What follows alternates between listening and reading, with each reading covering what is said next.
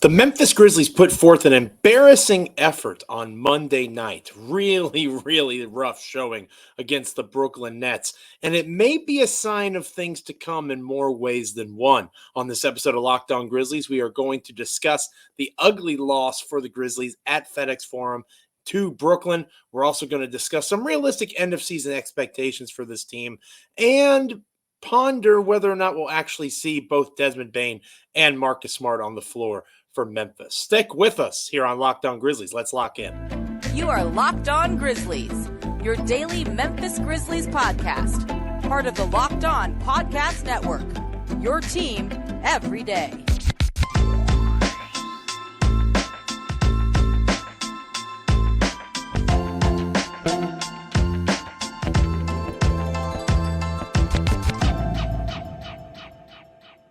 Woo-wee, was that a stinker on Monday night? I got to tell you, it was a tough one to watch. It looked like the Memphis Grizzlies didn't necessarily want to be there. And I got to be honest, by the end of it, I wasn't necessarily wanting to finish out the contest myself. If there was ever a time for a super sim button on an NBA game that happens in real life, that was the time. Of course, that doesn't exist, but we can dream, right? Welcome to Locked On Grizzlies. I am Joe Mullinax, your host for this episode. After a game, it'll be myself or DeMichael Cole, the Memphis Grizzlies beat writer for the Commercial Appeal there in Memphis. Flying solo, it is my turn for this Tuesday edition of the show. DeMichael will be with you for the Thursday episode, for example, when Memphis takes on the Minnesota Timberwolves. So thank you so much for being with us on this particular edition of Locked On Grizzlies. This episode is brought to you by FanDuel. Make every moment more. Right now, new customers get $150 in bonus bets with any winning $5 bet. That's $150 if your bet wins. Visit FanDuel.com/lockedon to get started. We are free and available here on Locked On Grizzlies, wherever you get your podcasts. As proud members of the Locked On Podcast Network, your team each and every day. Apple, Spotify, Amazon, YouTube. Like, comment, rate, review, subscribe. Hopefully you're an everydayer at this point. We apologize for not being with you on Monday. As I mentioned, I believe on the Friday episode of the show, sometimes life gets in the way, and that's essentially what occurred on Monday. But we're back with you on this Tuesday, and you'll get a new Locked On Grizzlies every day the remainder of this week. I wish that wasn't the case in this moment, though, because goodness gracious, the Memphis Grizzlies made it really hard to finish out that contest that they played against the Brooklyn Nets on Monday night. The Grizzlies against the Clippers looked a lot more competitive, if you remember correctly. The Grizzlies against the Clippers, they lost, but it was a 6-point loss to a team on the second night of a back-to-back. The Clippers played a big game against the Thunder on Thursday night, so Los Angeles maybe wasn't quite as fresh. Golly day. It looked a lot better against Los Angeles, even though the offense still struggled, similar struggles for the Grizzlies offense in that game to this one. But what makes this game worse by a considerable amount is the Los Angeles Clippers are a potential NBA Finals contender, right? Them, the Denver Nuggets, teams in the West that look like a team that could make the NBA Finals. Los Angeles Clippers are up there.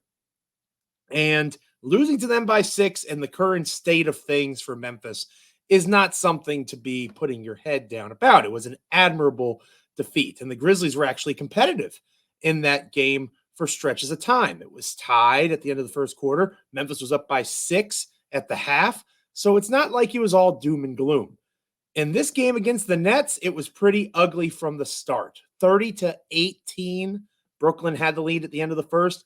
They put another 14 points on top of that in the second quarter, 36-22. So do the math. If you're not a math expert, that means that Brooklyn was literally up by 26 points at the end of the first half. Memphis tried to compete a little bit in the second half, but it was too late by then. Brooklyn had far too big of a lead. And that is bad because, again, the Clippers, even though they were on the second night of a back-to-back, they are much better than the Brooklyn Nets, who went into the contest against Memphis 8-18 on the road, who went into the game with the Grizzlies in relatively similar spacing for the NBA draft lottery, right? Brooklyn thinks they might still be able to make a run at the play-in, but in reality, it's probably going to be a lottery run for them. Again, even if they make the play-in, they could lose and fall in the lottery in the play-in tournament. Memphis is not sniffing the play-in tournament, especially if they continue to play the way that they did on Monday night. And even if they competed and lost admirably, that's not that much better than what they did against the Clippers because Brooklyn is just not a comparable team. Dennis Schroeder cooked the Memphis Grizzlies. That can't happen if you want to remain competitive. Nick Claxton, lots of folks saying future Memphis Grizzly. Nick Claxton, we'll have to see, and I'm sure that's something that DeMichael and I will talk about on future episodes of Locked On Grizzlies. But Claxton didn't play a ton, but his impact was felt, and he definitely gave Jaren Jackson Jr. some fits offensively. Jaren, a very poor shooting night for him, but really strong in terms of finding ways to score beyond making shots. When you miss as many shots as Jaren did, and yet you still make double-digit free throws, that means that you are at least drawing contact, finding ways to make an offensive impact beyond your ball or your shot going in the bucket. When the ball's not falling, it can be tough, right? And Jaren found ways to help offensively. But the Grizzlies shot around 40%, a little bit less than 40%. Really an abysmal shooting night from three. Just not a good evening in any way, shape, or form if you were a Memphis Grizzly. There were flashes and bright spots. You know, Lamar Stevens continues to look like a guy that could theoretically be a member of this roster long-term. I'm not going to jump on the Stevens bandwagon so intensely that I think he could be a rotation player for this team. He had a good game against Brooklyn, but it was in a game that Memphis got blown out by the Brooklyn Nets, who are now 22-35. So let's not get it twisted and make it seem like Stevens was playing winning basketball, because he wasn't. He put up numbers, but there's a difference between putting up numbers and playing winning basketball. And arguably none of the Grizzlies did in this particular contest. G.G. Jackson had probably his worst game as a pro. Shooting really, really poorly from the floor. Folks, why isn't G.G. Jackson starting? This was a great example of why. You have to remember he's 19 years old. You have to remember he's the youngest player in the NBA.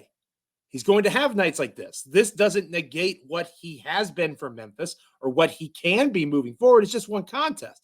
But this one contest serves as a reminder that they are not capable of being a competitive team night in, night out right now. It's just not in the cards.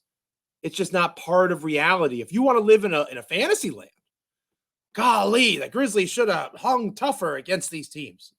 I would have liked to see more competitiveness. But look at the starting fives, and I feel like I'm a broken record here on Locked On Grizzlies. The Nets, for all their issues, started Mikal Bridges, Mikal Bridges, much better in a lot of ways than Miles. Mikal Bridges, Mr. 4 first-round picks, wasn't enough himself. We mentioned Nick Claxton, who should do pretty well in free agency.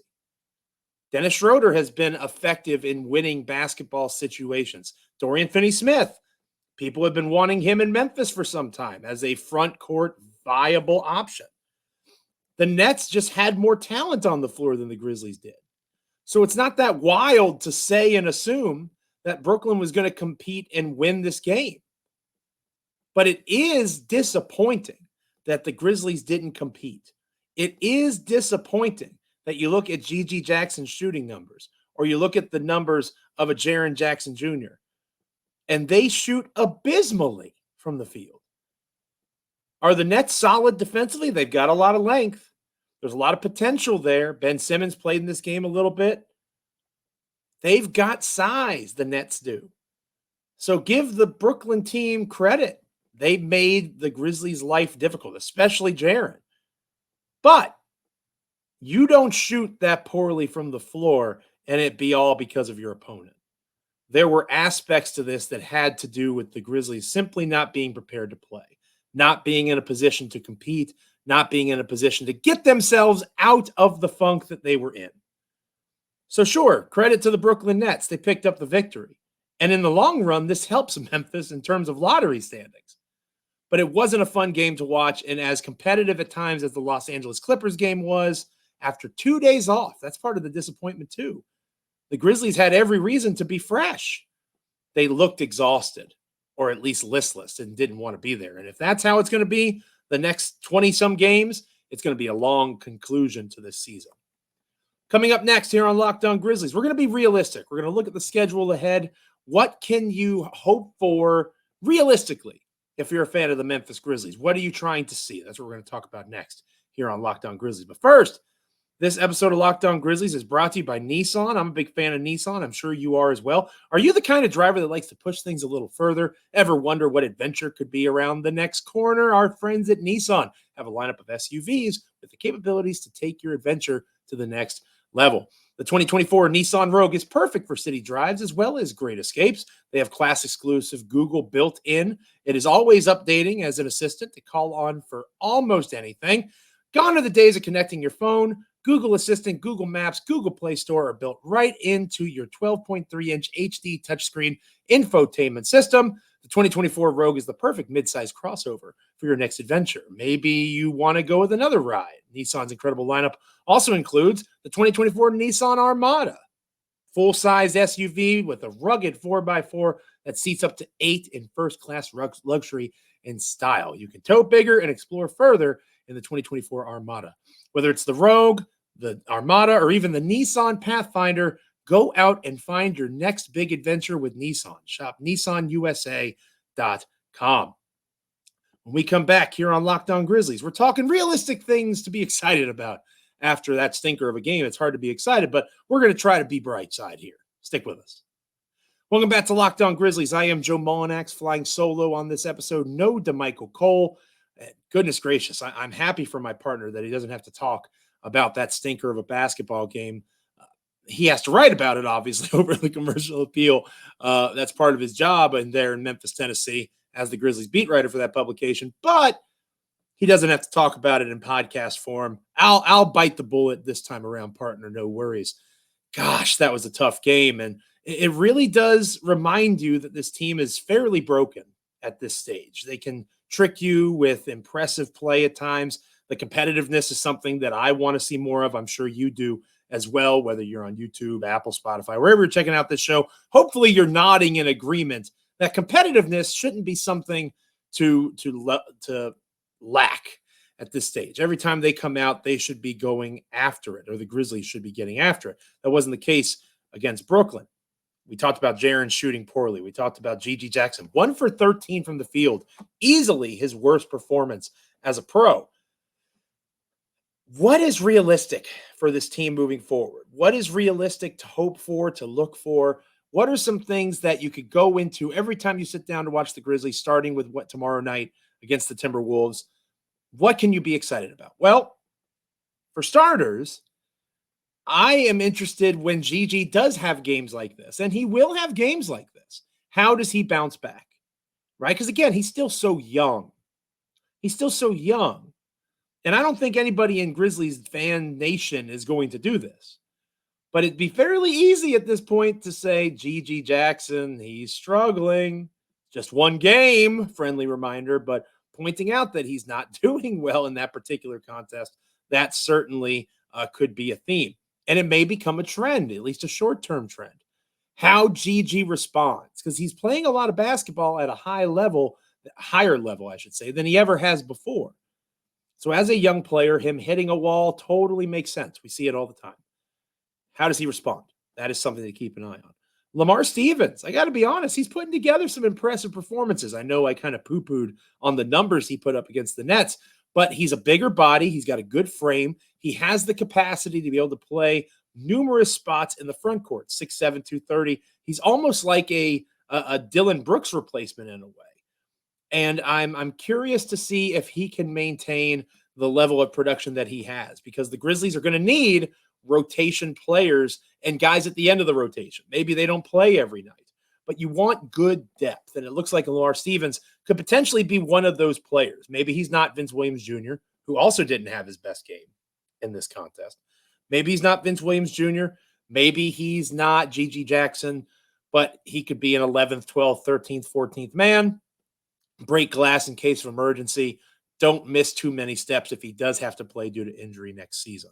So the physicality that he brings, the length, the size, the ability to do multiple things in the front court, I like Lamar Stevens, and he's somebody, can he keep this going in a positive direction, right? You want to see if Gigi can bounce back from a tough game or two in a row. I want to see if Lamar Stevens can string together consistent performances, not just where he puts up numbers, but where he also keeps the Grizzlies close and in games. I want to continue to see efficient scoring from Santi Aldama. I want to see him find his footing as that three-level scorer that we've seen flashes of at times to the point this season. Few and far between. He's had longer runs of poor shooting performance, but I go back to FIBA and watching him at times be the best player for that Spain team. That gives me hope that he can do similar stuff for the Grizzlies, or he can do similar stuff for somebody else as part of a trade down the road. And we can talk more about that on a future episode of Locked On Grizzlies. I am optimistic about them doing good things against comparable teams like the Portland Trailblazers this coming weekend.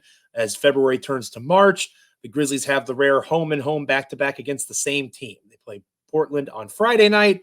They play Portland on Saturday night, both at FedEx Forum.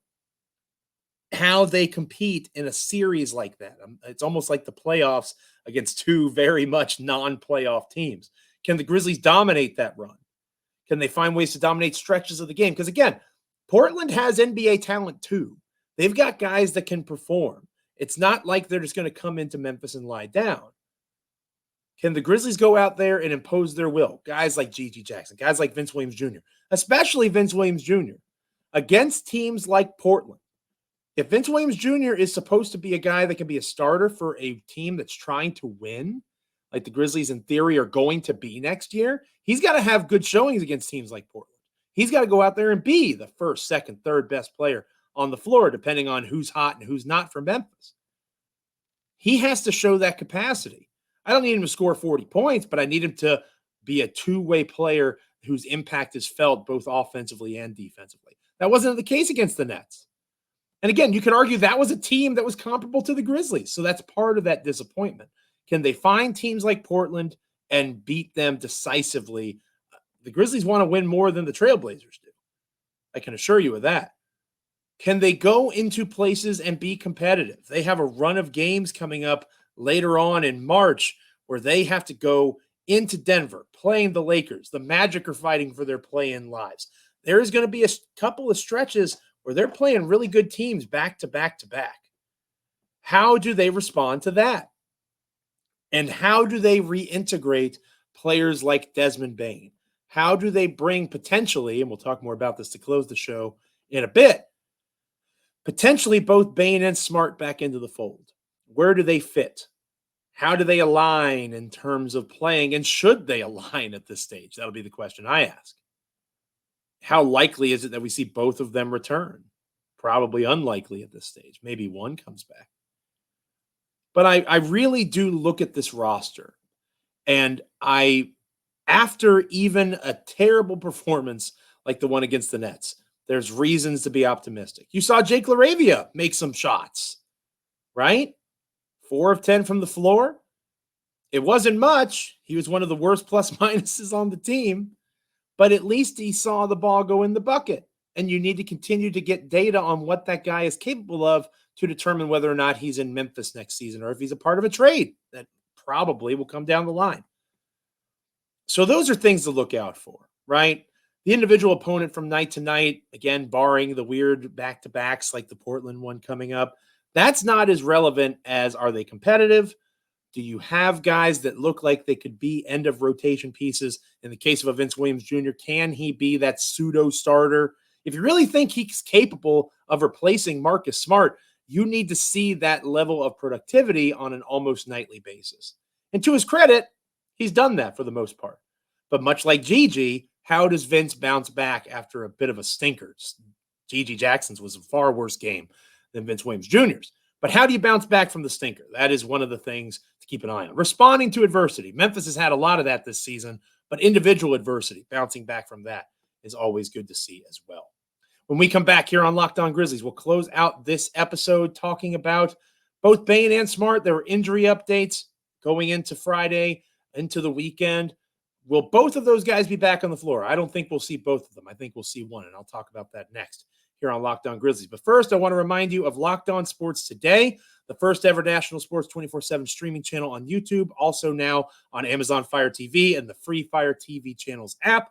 Locked On Sports Today is here for you 24/7, covering the top sports stories of the day with the local experts of Locked On, plus our national shows covering every league. Find Locked On Sports Today on YouTube. You can also find it available for free on the Fire TV channels app.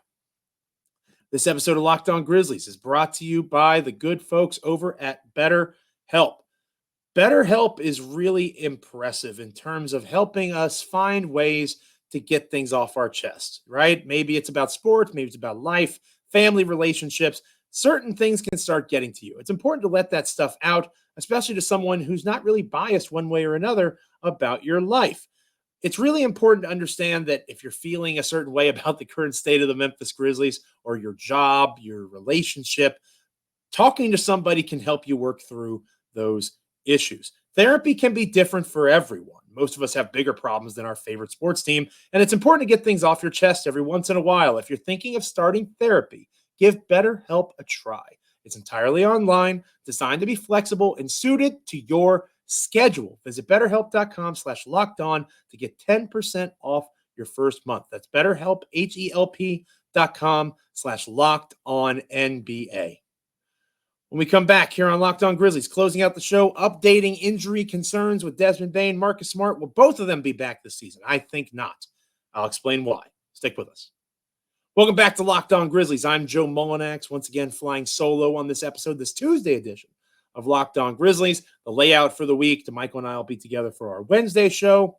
DeMichael will fly solo for Thursday, and then we'll both come back together for Friday. So solo, duo, that's the way we will close out February. And welcome March here on Locked On Grizzlies. I've been talking about the embarrassing performance that Memphis put on Monday night against the Brooklyn Nets.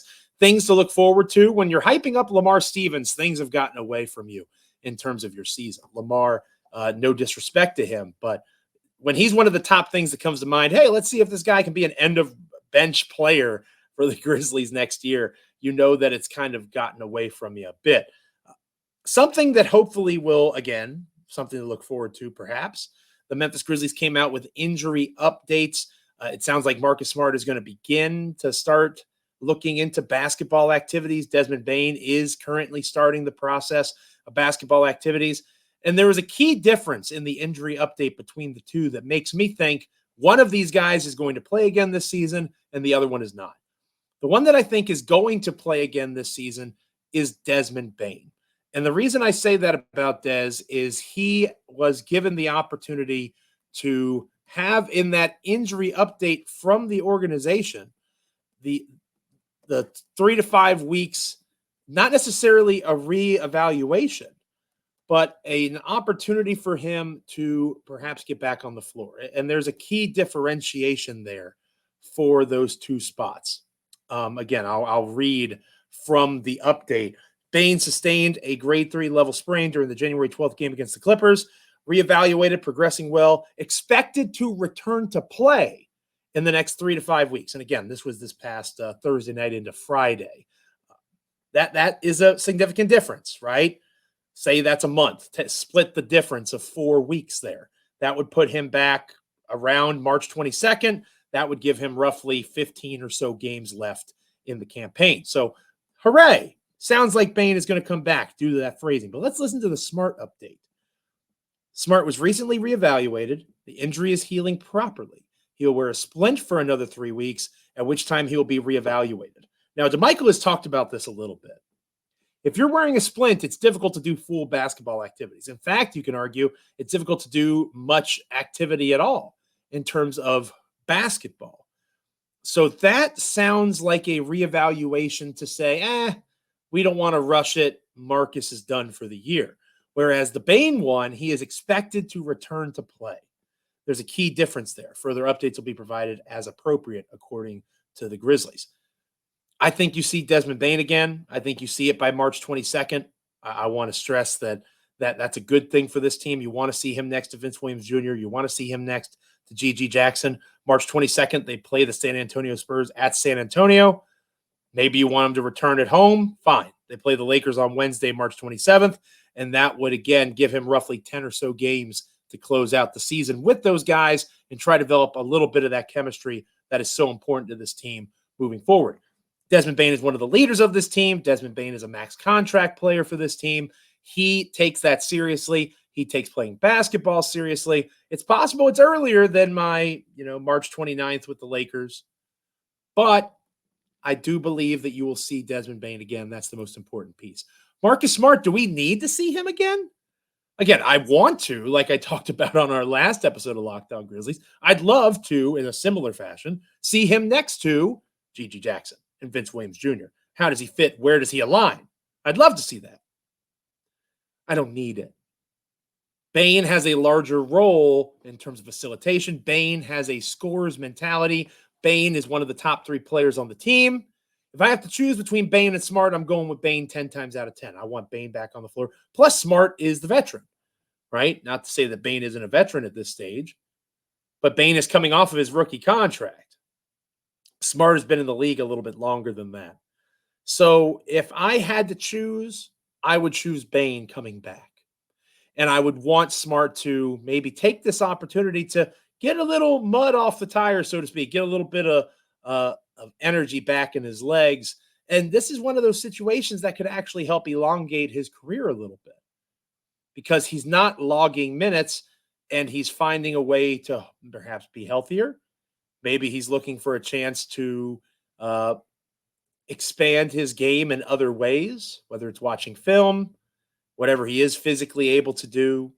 If it's as simple as him just not logging those miles on his legs as he gets older, there are worse things. I'm not trying to say that I want him shut down. I like that they're saying, we'll check him back out again in about a month. I think that's wise. If he can go after a week or 2 ramp up, play the last 5 games of the season. I think it's worth it. But I also understand the argument that 5 games for a veteran like Smart, who is at best your 4th best player, probably a little bit lower than that if things go the way they need to go for Memphis this offseason. That's a guy that doesn't need to be rushed back, or even if he is healthy, that's not a guy that you need to say, okay, we need minutes with him. With Dez, you want to see how he fits nicely with this version of Vince Williams Jr., how he interacts with this version of G.G. Jackson, because we haven't seen it. Their rise has almost directly been connected to Bane not being on the floor. With Dez out there, are they able to continue to find ways to have success? That's an important question to answer, and that's more connected to Bane than it is to Smart. So I want to see Bane. I think that you will see Bane. The way that the Grizzlies worded it aligns itself with that concept. If you don't see Marcus Smart the rest of the season, I would not be surprised. I think that's probably a safe bet at this stage. Thank you so much for joining me on this episode of Locked On Grizzlies. The next time that we're together, you and I, we won't be alone. Michael Cole will be with me. We will talk about Grizzlies Timberwolves coming up on Wednesday night. I'll get to Michael's take on his injury feels. Maybe we can get something else about Brandon Clark. All sorts of different content and perspectives that we can discuss on our next episode of Locked On Grizzlies. Remember to check out Locked On. Excuse me. Make sure you check out, goodness gracious, Locked On Sports Today.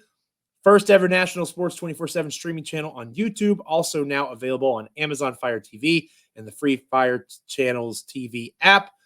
Also, make sure that you are liking, commenting, rating, reviewing, subscribing. However you get Locked On Grizzlies, make sure that you are smashing that subscribe button, interacting with us in the comments, and helping us continue to grow this podcast. Michael and I truly appreciate it. Hopefully you're an everydayer at this point, but if you're not an everydayer just yet, maybe you can come back tomorrow and give us another chance to win you over. It's going to get better. It could get worse. I'm not going to lie to you, dear listener, dear viewer. It could get a little bit darker before the dawn, but I think in terms of competitiveness, that's one of the things that Memphis usually does pretty well. Again, the Clippers game is more closely aligned with what we've seen from this version of the team than the Brooklyn side. You have a few stinkers every year. Turn the page, on to Minnesota. Thank you so much for being with me. Until tomorrow, this is Locked On Grizzlies. Make sure you're checking us out. Apple, Amazon, Spotify, wherever you get podcasts. Also YouTube. We'll catch you next time on Locked On Grizzlies.